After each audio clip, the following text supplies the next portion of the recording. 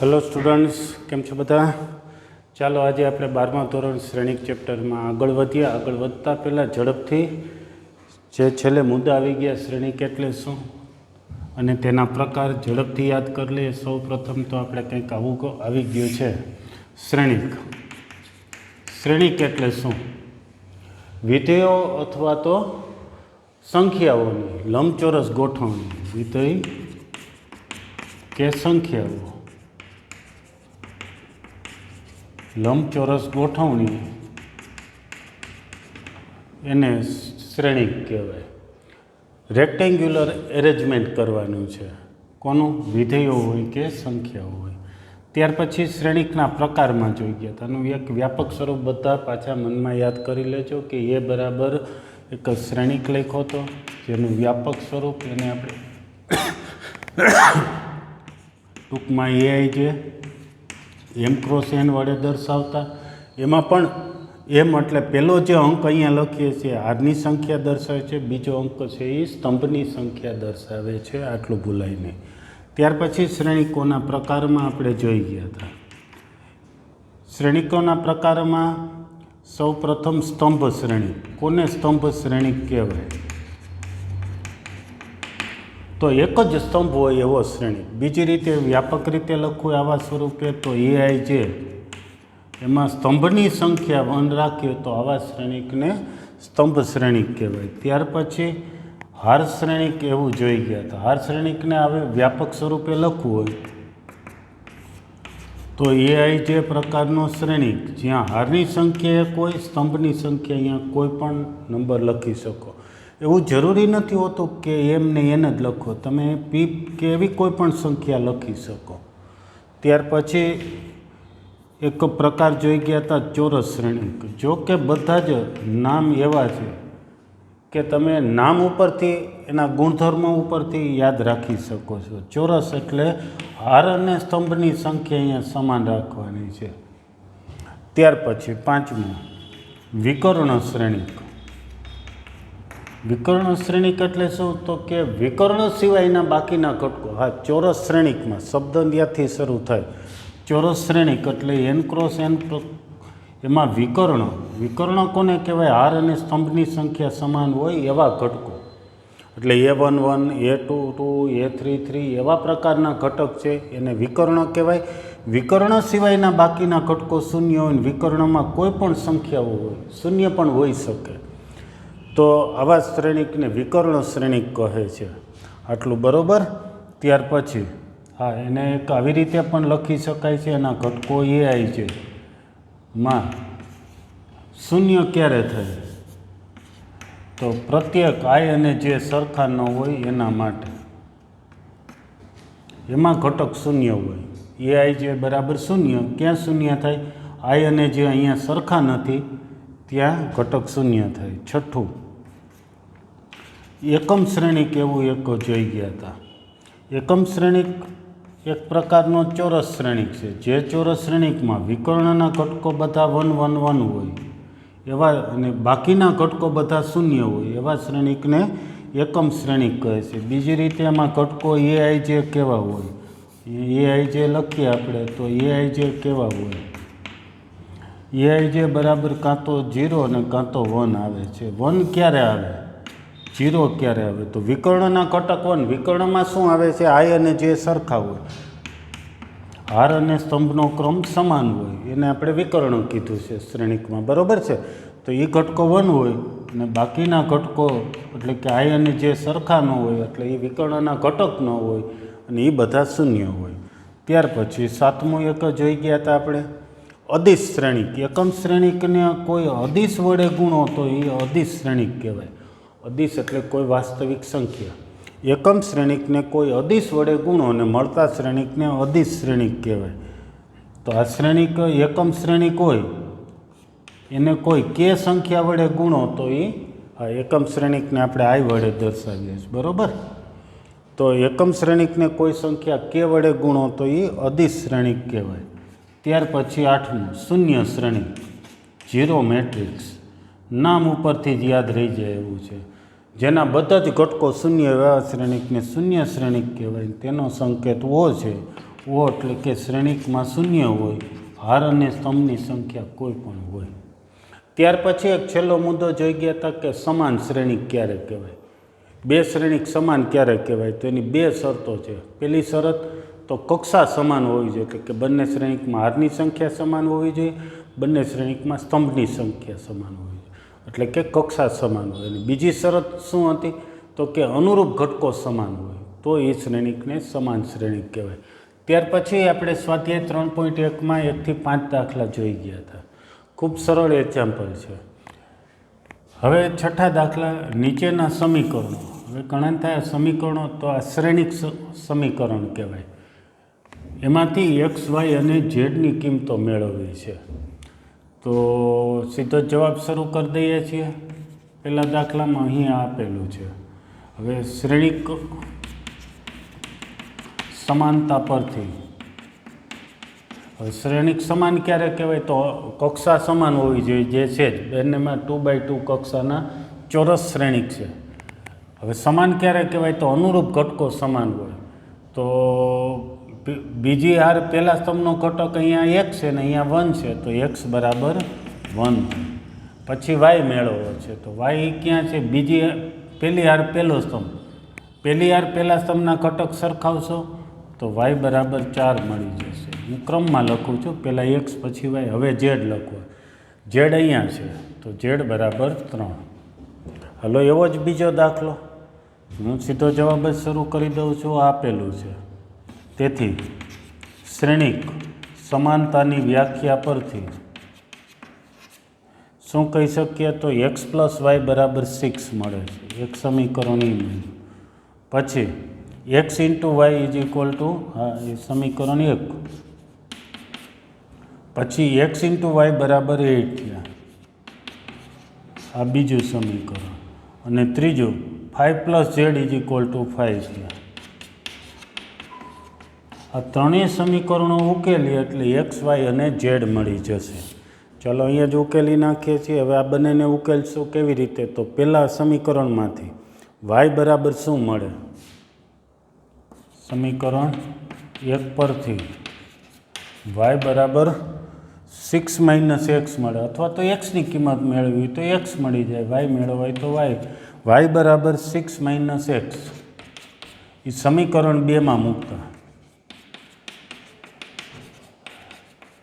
બરોબર છે. સમીકરણ 1માંથી y બરાબર 6 - x મળ્યા છે. અહીંયા yની જગ્યાએ મૂકી દે એટલે આખું સમીકરણ x વાળું થઈ જશે અને x મળશે. x મળ્યા પછી xની કિંમત આ સમીકરણ 1માં મૂકી દઈએ કે 2માં મૂકી દઈશું એટલે y મળી જાય. અને સમીકરણ 3 ઉપરથી z મળી જશે. હાલો, તો જે લખ્યું છે એ પ્રમાણે પ્રક્રિયા કરીએ તો x પછી y બરાબર શું મૂકીશું? 6 - x બરાબર 8. ગુણાકાર કરીએ અને ક્રમમાં ગોઠવણી કરીએ તો x² - 6x + 8 બરાબર 0. અવયવ પાડીએ એટલે xની કિંમત મળી જશે. દ્વિઘાત સમીકરણ છે. દ્વિઘાત સમીકરણ હોય તો ઉકેલ માટે જો અવયવ પડતા હોય તો અવયવ પાડીને ઉકેલ મેળવો, અને અવયવ ન પડે તો વિવેચક ડીની રીતે દ્વિઘાત સમીકરણનો ઉકેલ મેળવવાનો. તો x - 8ના એવા ભાગ કે -6 આવે તો -4 ને -2 એટલે -6 મળી જશે. આ બંનેનો ગુણાકાર પાછો 8 થઈ જાય છે. તેથી x બરાબર 4 અથવા x બરાબર 2. અહીં x બરાબર 4 મૂકીએ તો y બરાબર શું મળશે? કયા સમીકરણમાં મૂકીએ છીએ? તો અહીંથી પણ મૂકી શકાય.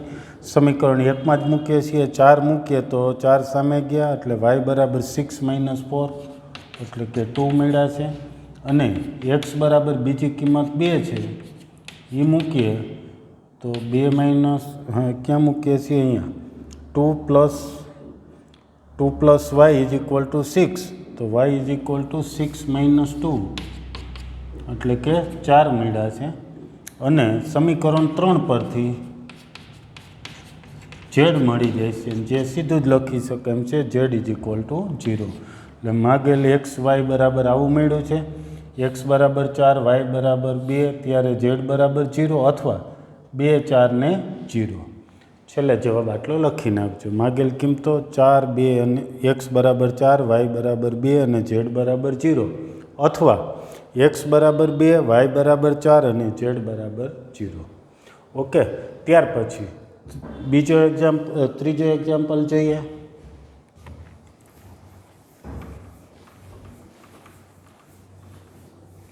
વધારે સહેલો છે ત્રીજો.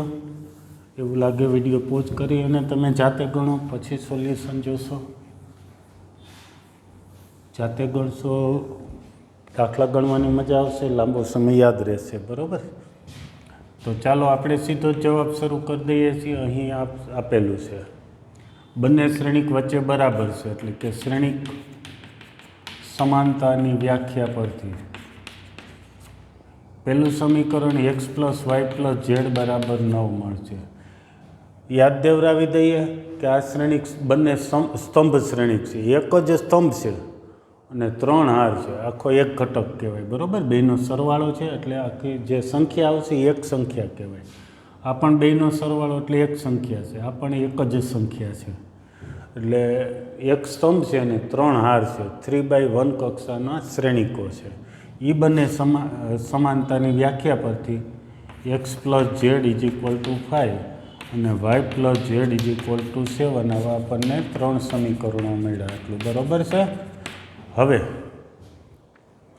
x, y ને z મેળવવા સિમ્પલ છે.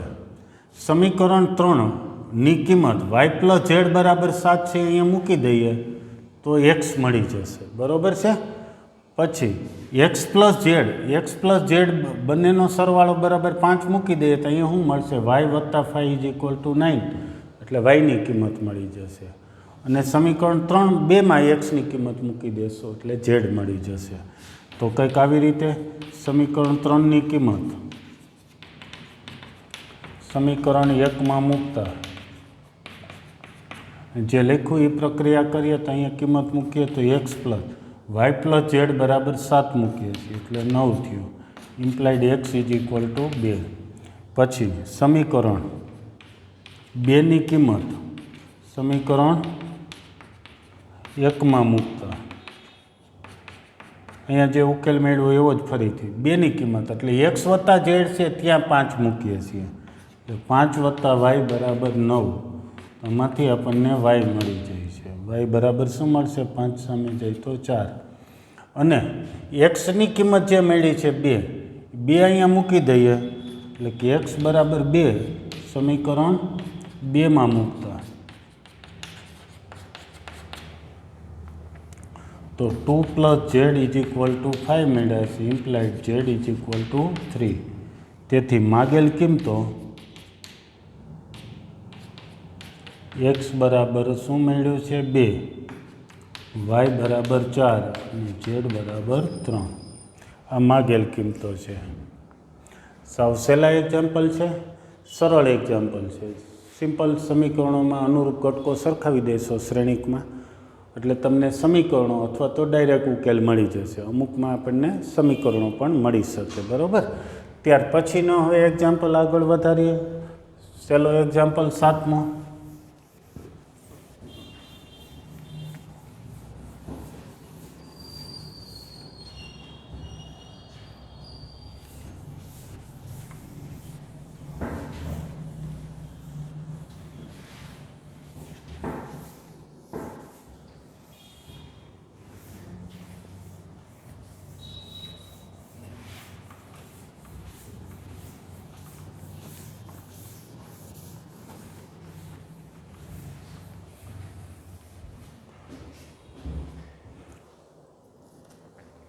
જે છઠ્ઠો ગણા એ જ પ્રકારનો 7મો એક્ઝામ્પલ છે.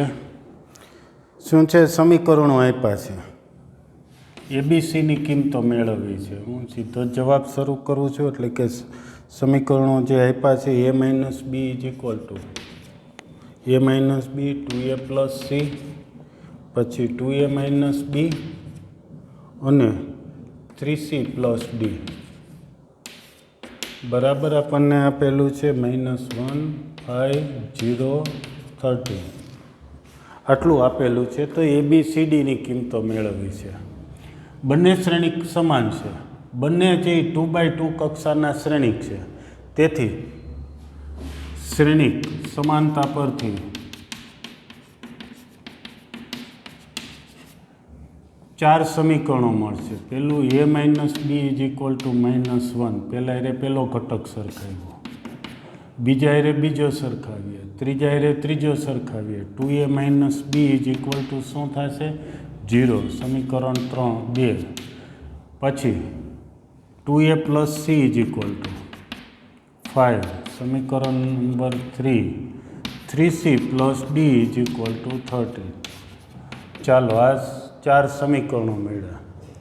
પહેલાં વિચારી લ્યો, પછી ઉકેલ મેળવવાનું શરૂ કરીએ. સૌ પ્રથમ પહેલું ને બીજું સમીકરણ જોશો તો એ અને બી વાળા સમીકરણો બે છે. એમાંથી ઉકેલ મેળવશો એટલે એ અને બી મળી જશે. એ બી વાળા બે સમીકરણો એટલે એ અને બી મળે. એ અને બી મળ્યા પછી એની કિંમત અહીંયા મૂકશો સમીકરણ 3માં એટલે સીની કિંમત મળી જશે. સીની કિંમત જે મળી છે તે અહીંયા મૂકશો સમીકરણ નંબર 4માં એટલે ડીની કિંમત મળી જશે. પહેલાં કાચો પ્લાન તૈયાર. સમીકરણ 1 અને 2નો ઉકેલ મેળવવા શું કરવું જોઈએ? તો સમીકરણ જોશો તો એવું લાગે કે બંનેની બાદબાકી કરીએ તો આ સમાન પદ ઉડી જશે. એમાં પણ જો આપણે બેમાંથી પહેલું બાદ કરીએ તો એ વધારે સહેલું પડશે. બીજામાંથી પહેલું બાદ કરીએ તો 2aમાંથી એ બાદ કર્યા એટલે એ મળ્યા. માઇનસ બીમાંથી માઇનસ બી બાદ કરો એટલે કે સમાન બાદ કરો તો શૂન્ય થયું. 0 માઇનસ -1 એટલે 1. સિમ્પલ એ મળી ગયો છે.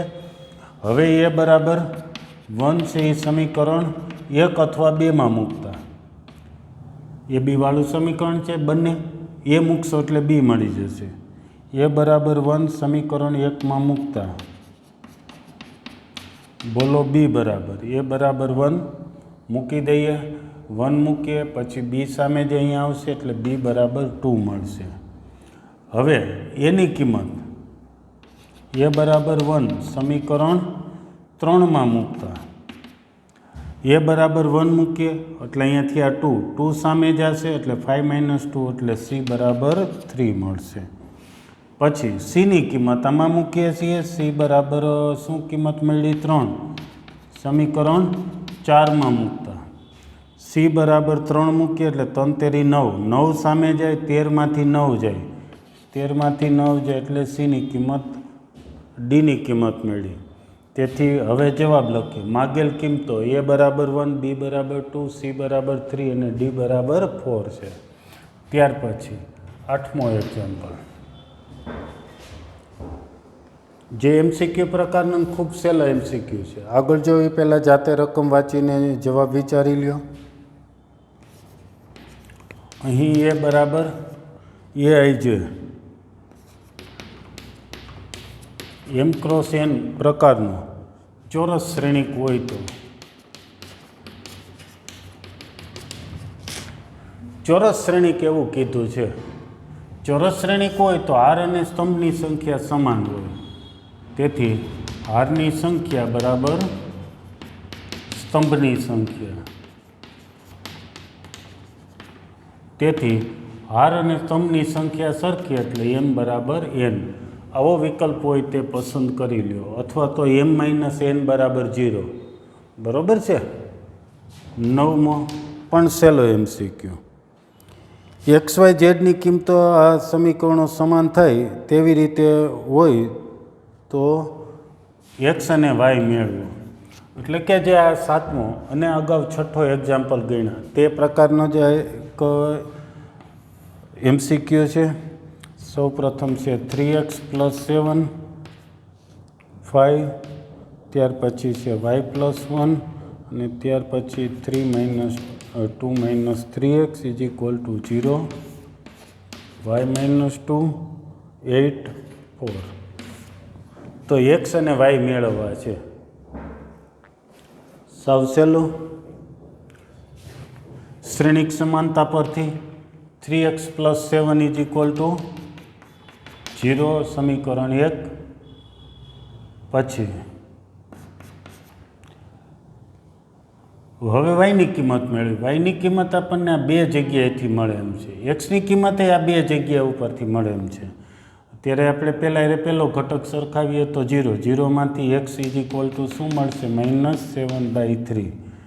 તથા આ પણ બંને સરખાવી શકીએ કે y + 1 ઇઝ ઇક્વલ ટુ 8, તો y ઇઝ ઇક્વલ ટુ 7 થયા.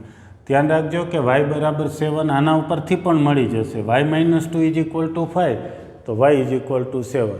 એવી જ રીતે એક્સની કિંમત અહીંથી પણ મેળવી શકો. જે આ માગેલ એક્સ અને વાય છે, એક્સ અને વાય વ્યવસ્થિત રીતે પસંદ કરી અને વિકલ્પો વ્યવસ્થિત રીતે જોઈ અને વિકલ્પ પસંદ કરજો. 10મો MCQ સાવ સહેલો છે.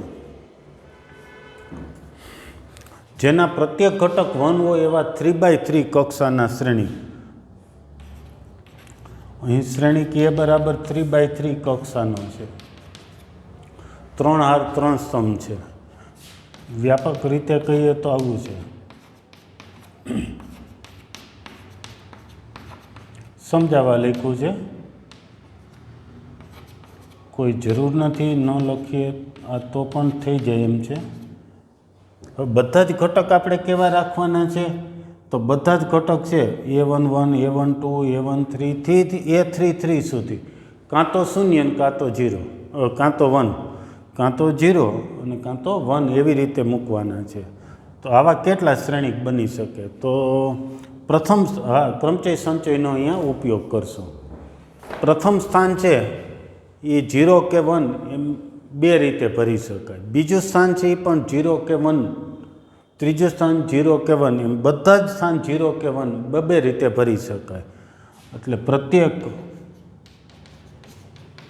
ઘટક 0 કે 1 એમ કુલ બે રીતે મૂકી શકાય કે ભરી શકાય.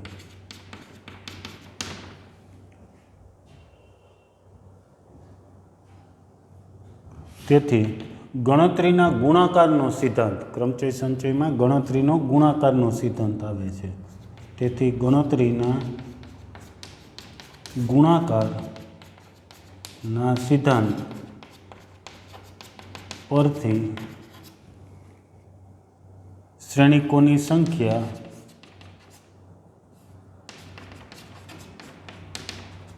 શું થશે? 2 ગુણ્યા 2 ગુણ્યા પહેલું સ્થાન 2 રીતે, બીજું 2 રીતે, એમ કરતાં 2 9 વખત. 2 9 વખત એટલે કે 2 ની 9 ઘાત. 2 ની 9 ઘાત કેટલી થશે? તો 512. ખૂબ જ સહેલું છે. હવે આવો ને હજી એક MCQ. દરેક ઘટકના સ્થાને 0, 1 કે 2 એમ મૂકીએ, 0, 1 કે 2, તો કેટલા શ્રેણિક બની શકે?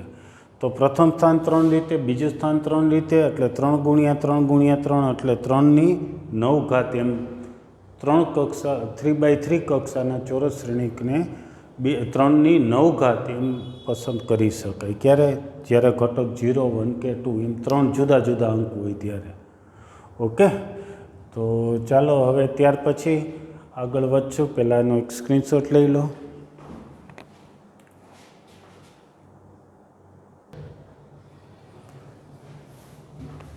ચાલો ત્યાર પછી હવે આપણે આગળ વધીએ. હવે આગળમાં શ્રેણિકોનો સરવાળો અને શ્રેણિકનો અદિશ વડે ગુણાકાર, બે મુદ્દા આજે લઈ લઈએ અને ત્યાર પછી બે શ્રેણિકનો ગુણાકાર એના પછીના લેક્ચરે જોઈશું. સાવ સહેલું છે. ચોથો મુદ્દો, બે શ્રેણિકોનો સરવાળો.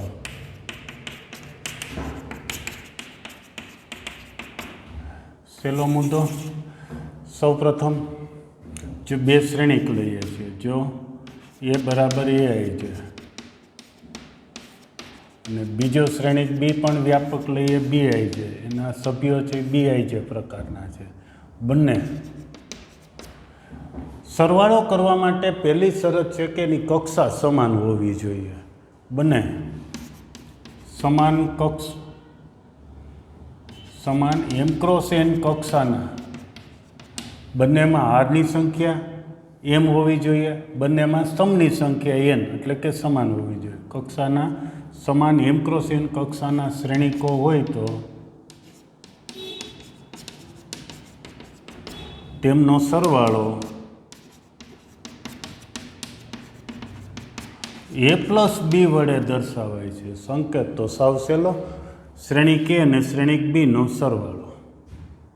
કેપિટલ એટલે શ્રેણિક સમજો, એનો સરવાળો કરીએ ત્યારે એની કક્ષા બદલાતી નથી. એટલે કે પહેલાં જે એમ ક્રોસ એન કક્ષા બેની હતી તો સરવાળાની પણ કક્ષા એ જ રહેશે. એટલે કે બંનેની કક્ષા ધારો કે 2/3 છે તો એનો સરવાળો છે એ પણ 2/3 કક્ષાનો જ શ્રેણિક થાય. અંદર ઘટક કેવી રીતે લખવાના છે તો આવી રીતે કંઈક છે.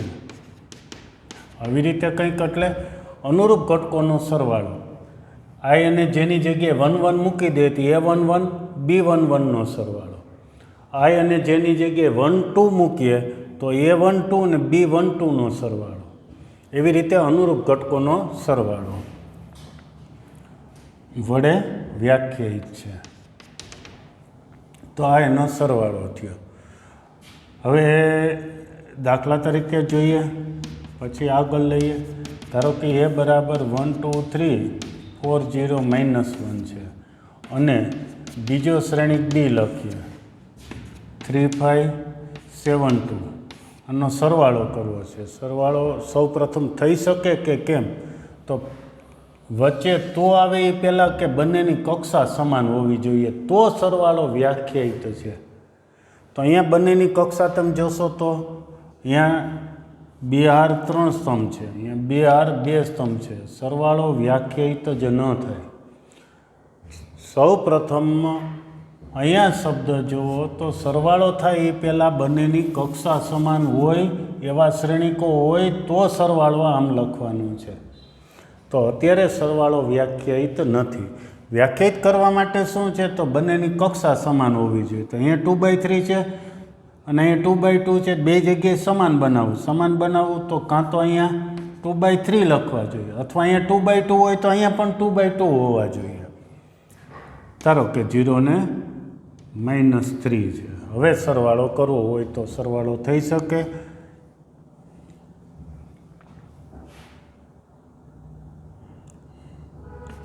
એમનો સરવાળો A પ્લસ બી વડે દર્શાવીને A પ્લસ બી શું થશે, પહેલા ઘટકનો સરવાળો, બીજા સાથે બીજાનો 2 + 5 3 + 0. કેવા કક્ષાનો શ્રેણિક મળશે જે અહીંયા બંને સમાન છે જ અંક અહીંયા આવી જાય. વ્યાખ્યામાં વ્યાપક રીતે જોઈ શકો. M ક્રોસ n હોય તો એનો સરવાળો M ક્રોસ n જ મળે છે. અહીંયા 4 + 7 0 + 2 ને -1 + -3 એટલે -3. કેવો શ્રેણિક મળે સરવાળો કરી નાખીએ તો 4 7 3 11 2 અને -4. આવી રીતે શ્રેણિકનો સરવાળો. સાવ સહેલું છે. શ્રેણિકોનો સરવાળો એટલે અનુરૂપ ઘટકોનો સરવાળો. કક્ષા સમાન હોય ત્યારે સરવાળો મળે. એટલી વસ્તુ યાદ રહી. શ્રેણિકોનો સરવાળો કરવા માટેની કક્ષા સમાન હોવી જોઈએ. એટલે હવે પછી જ્યારે વ્યાખ્યા, ગુણધર્મો કે MCQમાં સરવાળો કરવાની વાત આવશે ત્યારે એની કક્ષા સમાન હોય એવા શબ્દોનો ઉપયોગ કર્યો હશે. તો અથવા તો એની કક્ષા સમાન હોય તમને સ્પષ્ટ દેખાતું હશે. જેમ કે આ દાખલામાં કક્ષા સમાન છે એ દેખાય છે એટલે એનો સરવાળો આપણે લખ્યો છે. જ્યારે કક્ષા સમાન નથી તો સરવાળો વ્યાખ્યાયિત નથી એમ લખી નાખશો. ઓકે. હવે એના ગુણધર્મો જોઈએ. સરવાળો સાવ સહેલો છે. અનુરૂપ ઘટકોનો સરવાળો, પહેલાંનો બીજાનો એવી રીતે છેલ્લા સાથે છેલ્લાનો. ગુણધર્મો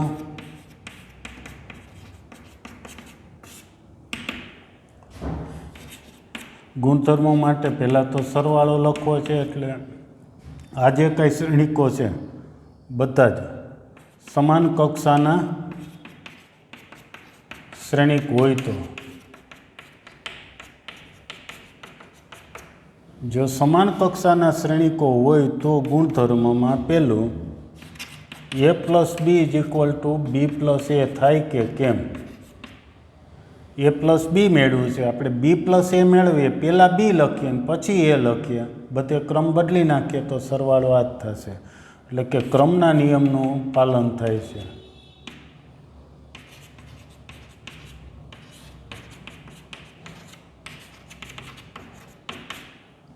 પછી બીજો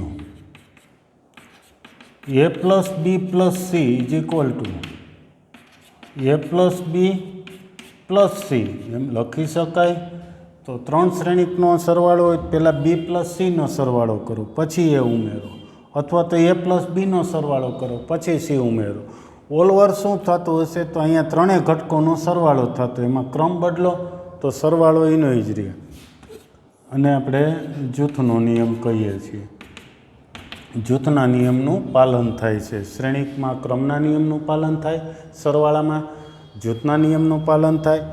ત્રીજું છે શૂન્ય શ્રેણિકનું તટસ્થ શ્રેણિક અને શૂન્ય વિરોધી તટસ્થ શ્રેણિકનું અસ્તિત્વ છે.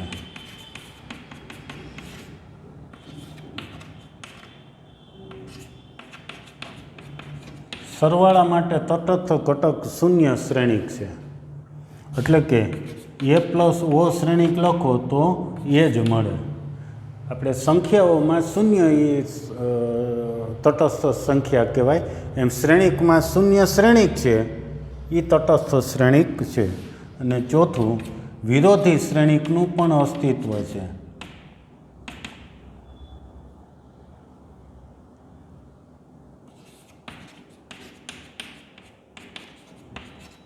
એટલે કોઈ શ્રેણિક એ લખીએ તો બીજો શ્રેણિક એવો આપણને મળી શકે કે બેનો સરવાળો કરીએ તો શૂન્ય થાય.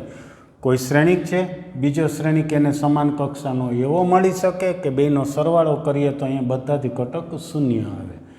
આપણે સંખ્યાઓમાં પણ વિરોધી સંખ્યા જોવા મળતી હોય છે કે કોઈ સંખ્યા લખીએ ને વિરોધી સંખ્યા કેને કહીએ તો બેનો સરવાળો શૂન્ય થતો હોય. એવી રીતે શ્રેણિકમાં એમ જ સિમ્પલ યાદ રાખી લો. કોઈ શ્રેણિક છે એ બરાબર એ આઈ છે તો માઇનસ એ બરાબર માઇનસ એ આઈ જે એવો એક શ્રેણિક મળે, અથવા તો એક આમ નામ આપી તો આવો એક શ્રેણિક મળે કે બેનો સરવાળો કરો તો શૂન્ય શ્રેણિક થઈ જાય. ઓકે, તો આ 4 ગુણધર્મો સાવ સહેલા છે. જે સંખ્યાઓમાં ગુણધર્મ આપણે જોઈએ છીએ એવા જે શ્રેણિકના સરવાળા માટેના ગુણધર્મો છે. ત્યાર પછીનો એક 5મો મુદ્દો, શ્રેણિકનો અદિશ સાથે ગુણાકાર. શ્રેણિકનો અદિશ, અદિશ એટલે શું કીધું હતું? કોઈ વાસ્તવિક સંખ્યા.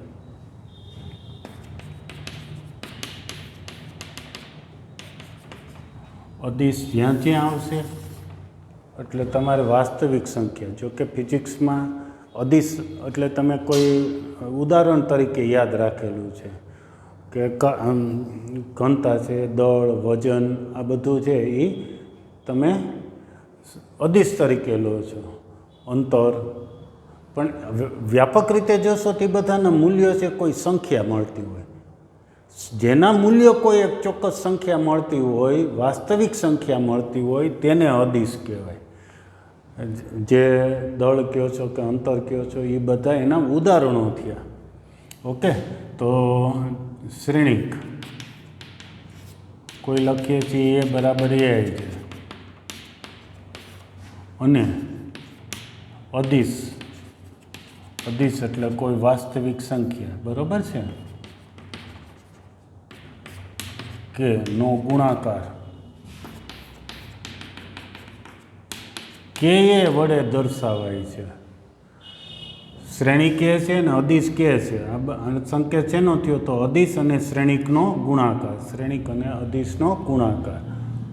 કે એ બરાબર આવી રીતે વ્યાખ્યાયિત છે કે ઇન્ટુ એ આઈ છે. આ કક્ષા શું થાય? તો અહીંયા જે કક્ષા છે એ જ કક્ષા અહીંયા રહેશે, વડે વ્યાખ્યાયિત છે. બરાબર, પણ મુદ્દો સાવ સહેલો છે. એક શ્રેણિક અને અદિશ એનો ગુણાકાર, અદિશ અને શ્રેણિકનો ગુણાકાર આવી રીતે દર્શાવાય છે અને આવી રીતે વ્યાખ્યાયિત થાય. આવી રીતે વ્યાખ્યાયિત એટલે શ્રેણિકમાં જે ઘટક છે એની સાથે કે ગુણવાના. શ્રેણિકને કે વડે ગુણવા એટલે કે એના ઘટકને કે વડે ગુણવાના. શું ફરીથી? શ્રેણિકને કે વડે ગુણવા, કોઈ સંખ્યા વડે ગુણવા એટલે એના ઘટક રહ્યા એને કે વડે ગુણવાના. ઉદાહરણની વાત કરીએ. એ બરાબર કોઈ શ્રેણિક લઈએ 1 2 0 5, તો એ શ્રેણિકને 5 વડે ગુણીએ તો એ શ્રેણિક શું મળે? તો આ 2x2 કક્ષાનો શ્રેણિક છે તો આ પણ 2x2 કક્ષાનો શ્રેણિક થાય. વ્યાપક રીતે m×n કક્ષાનો શ્રેણિક હોય તો ગુણાકાર પણ m×n કક્ષાનો શ્રેણિક મળે. હવે કેવી રીતે ગુણવાના? તો પ્રત્યેક ઘટકને 5 વડે ગુણવાના છે. 5 × 1, 5 × 2, 5 × 0 અને 5 × 5. એટલે કે તમને ગુણાકાર આવડે છે એ પ્રમાણે શું ગુણાકાર થાય? 5, 10, 0 અને 25 આવો શ્રેણિક મળે.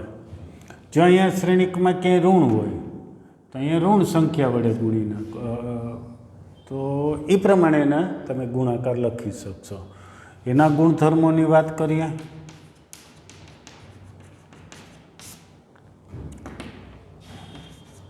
જો એ અને બી સમાન કક્ષાના શ્રેણિક હોય, કક્ષા સમાન એટલે હારની સંખ્યા બંને સમાન અને સ્તંભની સંખ્યા સમાન, સમાન કક્ષાના શ્રેણિક હોય તથા કે અને એલ અદિશ હોય. અદિશ હોય એટલે કે બીજી રીતે કે અને એલ બિલોંગ્સ ટુ આર હોય, વાસ્તવિક સંખ્યા હોય, તો